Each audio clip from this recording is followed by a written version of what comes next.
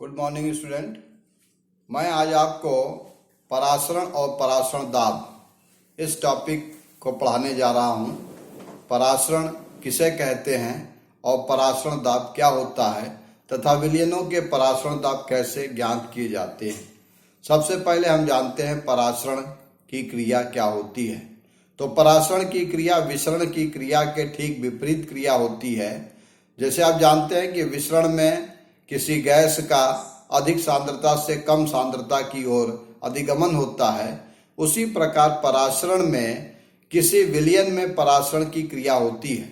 लेकिन परासरण की यह जो क्रिया होती है यह तनु विलयनों में अर्धपारगम्य झिल्ली के सहायता से कराया जाता है। तो सबसे पहले आपको यह जानना पड़ेगा कि झिल्लियां किसे कहते हैं, झिल्लियां क्या होती हैं और उसमें अर्धपारगम्य झिल्ली क्या होता है और इसका क्या रोल है। तो झिल्लियां या मेम्ब्रेन, झिल्लियों को मेम्ब्रेन कहा जाता है। झिल्लियां तीन प्रकार की होती हैं। एक होती है जिसको पारगम्य झिल्ली कहते हैं, परमिएबल मेम्ब्रेन। दूसरी झिल्ली होती है अपारगम्य, जिसे नॉन परमिएबल कहा जाता है।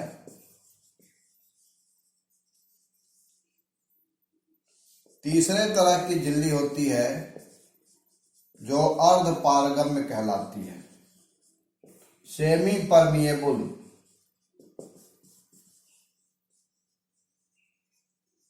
मेम्ब्रेन।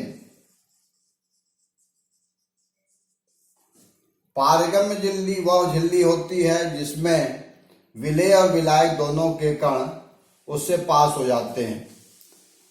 अपारगम्य झिल्ली वह झिल्ली होती है जो किसी विलयन में उपस्थित न तो विलेय अथवा विलायक किसी के कणों को पास होने नहीं देती है। लेकिन तीसरे तरह की झिल्ली होती है जो अर्धपारगम्य झिल्ली कहलाती है। इस अर्धपारगम्य झिल्ली की सहायता से किसी विलयन में विलायक के अणुओं का प्रवाह उस झिल्ली से एक तरफ से दूसरे तरफ आसानी से हो सकता है। यह झिल्ली अर्धपारगम्य झिल्ली होती है। परासरण की क्रिया में इसी झिल्ली का उपयोग किया जाता है और इस झिल्ली का उपयोग करके परासरण कराया जाता है। जब किसी विलयन को अर्धपारगम्य झिल्ली से पृथक करते हैं तो उस झिल्ली से होकर विलायक के अणुओं का प्रवाह कम सांद्रता वाले विलयन से अधिक सांद्रता वाले विलयन की तरफ स्वतः होने लगता है। स्वतः होने वाली इस क्रिया को ही हम परासरण कहते हैं। हम उदाहरण के लिए यहाँ पर माने कि यदि एक पात्र में एक अर्धपारगम्य झिल्ली लगाया गया है और इससे दो विलयनों को अलग किया गया है। यहाँ पर विलयन 1 और ये विलयन 2 है। इस विलयन की सांद्रता C1 है और इस विलयन की सांद्रता C2 है और यहाँ पर C1 is less than C2, यानी इस विलयन की सांद्रता विलयन 1 की विलयन 2 की सांद्रता से कम है। इस स्थिति में हम देखते हैं कि विलयन 1 की तरफ जो विलायक के अणु हैं, इन विलायक के अणुओं का प्रवाह दूसरी तरफ विलयन 2 की तरफ स्वतः होने लगता है अर्धपारगम्य झिल्ली से होकर। इस क्रिया को ऑस्मोसिस कहते हैं।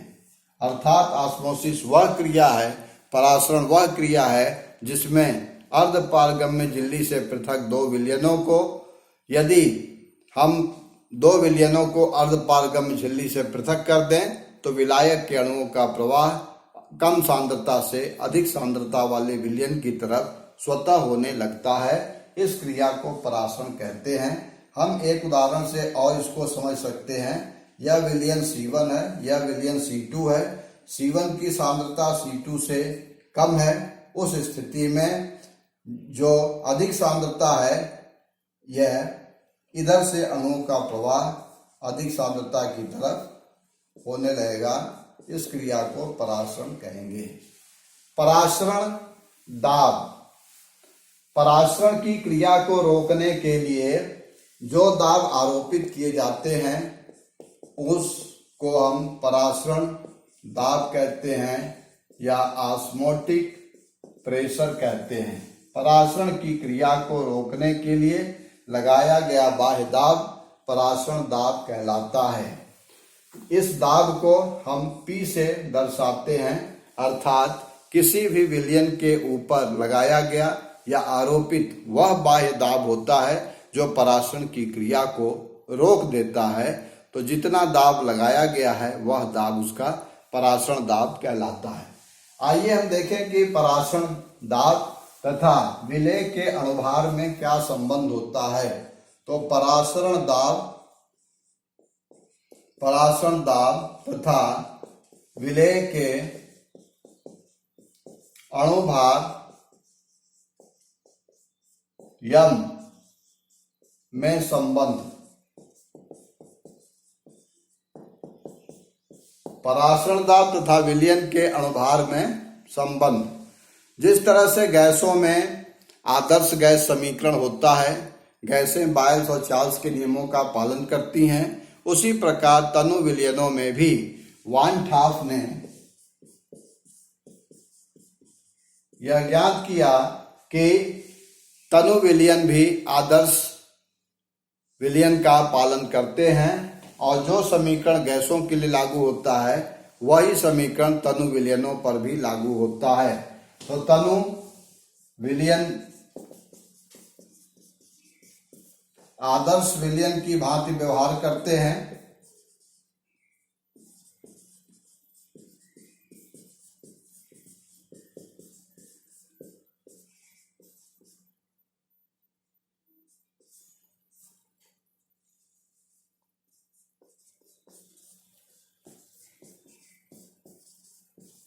इसलिए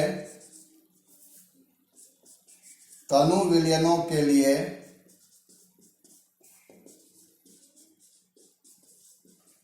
PV is equal to RT। यहां पर N मोल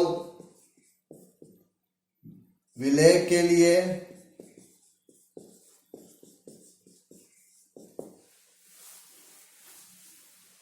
PV बराबर nRT या P बराबर nRT बटे V, जहां पर N विलेय के मोलों की संख्या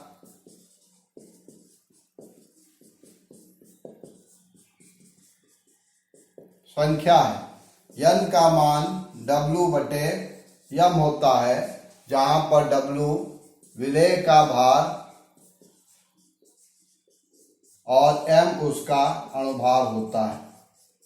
इन मानों को यदि समीकरण में रख दें तो हमें समीकरण मिलेगा P बराबर WRT बटे M इंटू V। P बराबर WRT M इंटू V। इन समीकरण में जो मान है उसमें W विलेय का भार, R विलयन स्थिरांक, इसका मान 0.0821, T परम ताप, M अणुभार, V विलयन का आयतन लीटर में, यह होता है। अगर हम एक प्रश्न देखें कैसे परासरण दाब ज्ञात किया जाता है। परासरण दाब कैलकुलेट किया जाता है 10% सुक्रोज विलयन का 27 डिग्री सेल्सियस पर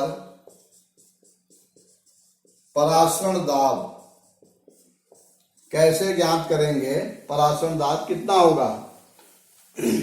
तो इस समीकरण के अनुसार जहां P बराबर WRT m इंटू V में हमें क्या क्या चीजें मालूम है। W का मान 10 ग्राम क्योंकि 10% सॉल्यूशन है। आयतन V बराबर वॉल्यूम बराबर 100 ml क्योंकि 10% का मतलब है 10 ग्राम 100 मिलीलीटर में यानी 0.1 लीटर। R की वैल्यू 0.0821, T की वैल्यू 27 डिग्री सेल्सियस जो कि 273 प्लस 27 300 केल्विन होगी। और M अणुभार मॉलिक्यूलर वेट सुक्रोज का सूत्र C12H22O11 इस हिसाब से हम देखें तो इसका अणुभार 342 आएगा।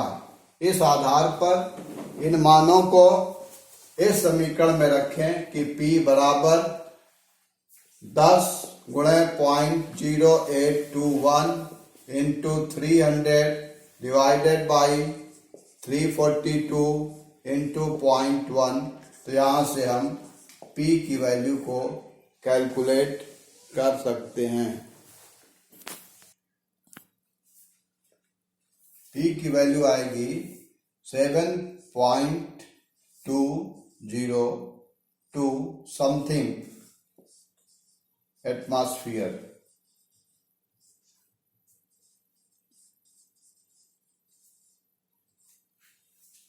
P बराबर 7.2 वायुमंडल। यह 10% सुक्रोज विलयन का 27 डिग्री पर परासरण दाब हुआ। एक चीज और हम जान लें कि समपरासरी विलयन किसे कहते हैं। समपरासरी विलयन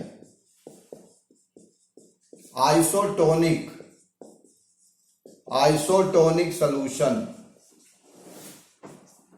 ऐसे दो विलयन जिन्हें अर्धपारगम्य झिल्ली से पृथक करने पर परासरण की कोई क्रिया नहीं होती है। ऐसे दो विलयनों को यदि हम अर्धपारगम्य झिल्ली से करें कि उनके मध्य परासरण की क्रिया नहीं हो तो ऐसे विलयनों को समपरासरी विलयन कहते हैं। अर्थात जिनके परासरण दाब समान हो वे समपरासरी विलयन कहलाते हैं। यदि दो विलयन सॉल्यूशन 1 एंड सॉल्यूशन 2 अगर हमारे पास हैं, इन विलयनों में अणुओं की संख्या A, B, इनके आयतन V1 और VA और VB हों तो P बराबर nRT बटे V से हमको मिलेगा कि PA बराबर NaRT बाई VA तथा PB बराबर NbRT बटे VB। चूंकि स्थिर ताप पर दो विलयनों के परासरण दाब समान होते हैं इसलिए PA बराबर PB एट कांस्टेंट टेम्परेचर ताप को स्थिर रख दें। उस स्थिति में यह होता है इन दोनों का मान यहाँ पर रखा जाए तो NaRT बटे VA बराबर NbRT बटे VB आपस में बराबर होंगे। दोनों विलयनों का परासरण दाब समान है, यह कट जाएगा। Na बटा VA बराबर NB बटा VB। इस तरह से हम ज्ञात कर सकते हैं कि विलयनों के परासरण दाब क्या होंगे और समपरासरी विलयन होने पर उनमें अणुओं की संख्या या विलेय की संख्या हम कैसे ज्ञात कर सकते हैं, विलेय की मात्रा कैसे ज्ञात कर सकते हैं, यह हम यहाँ से जान सकते हैं। तो आज के टॉपिक में मैंने परासरण दाब और समपरासी विलयन आपको बताया। उम्मीद है आप समझ गए होंगे।